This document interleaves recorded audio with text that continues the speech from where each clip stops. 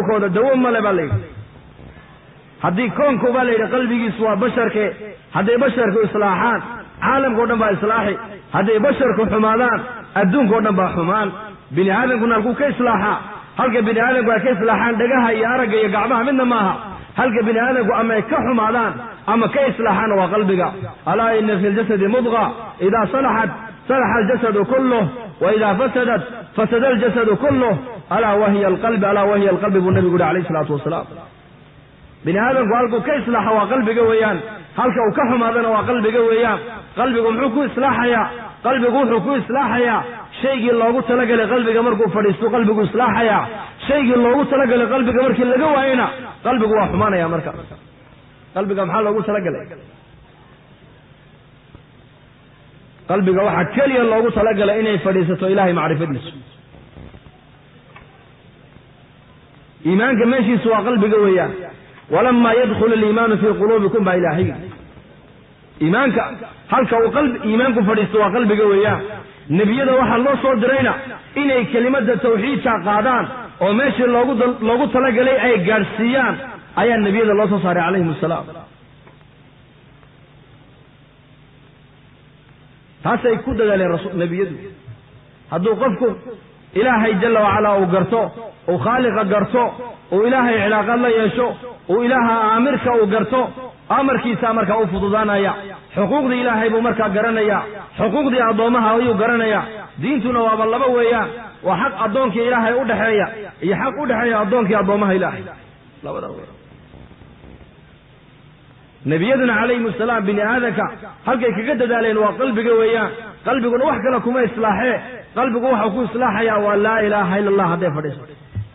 waalzamahum kalimata ataqwa wa kaanuu axaqa biha wa ahlaha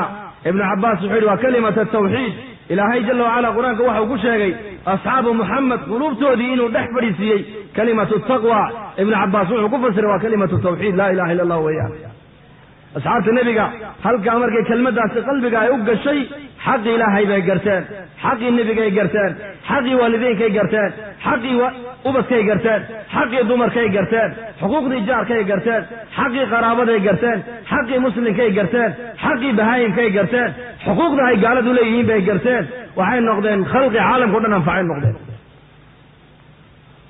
khalqi caalamkao dhan anfaca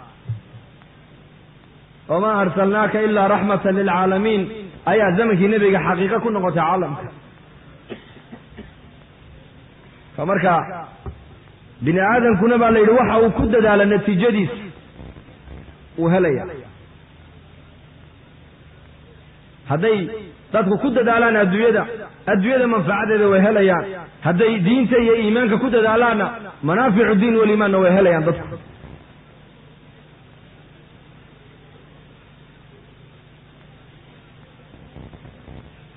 haddii adduunya lagu dadaalo adduunyada waa la heli waxaan biroo dhan adduunyadan waa dhooban weeyaan waxaan maanta caalamka o dhan guuxaya birtaa iftiimaysa birtaa hawada keenaysa birta keelada dheeraynaysa birta caalamka kula hadashiinaysa birtan caalamka loo raacayo birtan caalamka hadalkaaga u tuuraysa waxaasoo dhan waa natiijatu tiin weeyaan dhoobadaa laga soo saaray waa macdantii arlada laakiin arlada khayraadkaa goormuu ka soo baxay waa markay bini aadamku ay arlada u fikireen weeyaan fikirkii markii loo fororiyey arlada sideen uga faa'iidaysanaa manaaficdii arladaa markaas soo baxday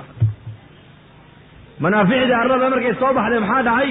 bini aadamkii qiimihiisii hoos buu dhacay laakiin berihii iyo qoryihii baa bini aadamkii ka qiimo batay imika mata mise maaha soo maaha inde macawista iyo qofka maanta midkee qaalisan magaalada muqdisho bal ka jawaaba ya meeqaa iyagoo salaada subax u socda macawis laga saarto la dilay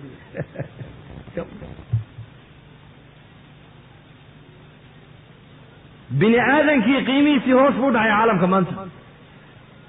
maxaa horow maray dadka maanta waxay leeyihiin zamankan waa zaman alcasri waa horowmar waa taqadum zamankan taqadum maaha waa ta'ahur weeyaan taqadum waxaa la yidhahdaa waa zamankii nebiga calayhi salaatu wasalaam zamankii nebiga bini aadamkaa horow maray zamankanna maanta berihii iyo xadiidkii baa horow maray war maan qaldanay mise waan toosana ya bal ka fikra aaway cadaaladii aaway kala dambayntii aaway maxabadii aaway ixtiraamkii aaway iska warhayntii aaway isku naxariisashadii aaway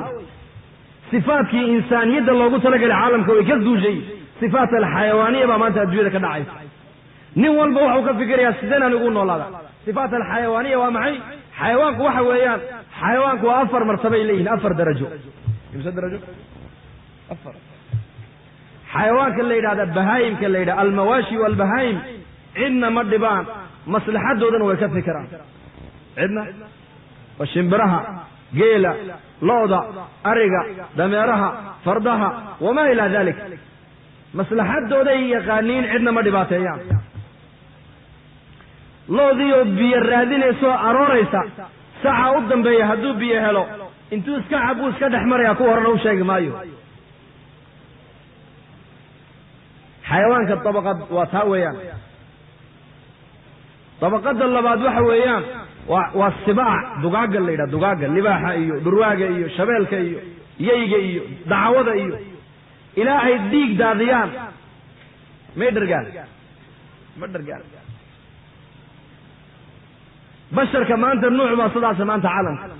dhiigga walaalkii uu daadinayo ayuu maaragtaan isagu ka faaidaysanaya ilaa uu dhiig daadiya xaajadiisu ma gudmayso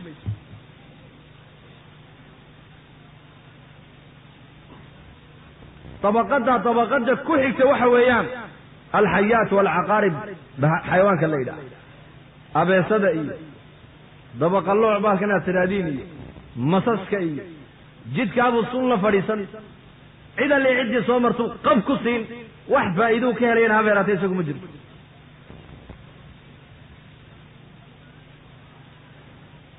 bini aadamku maanta caalamku waa saddexdaa weeyaan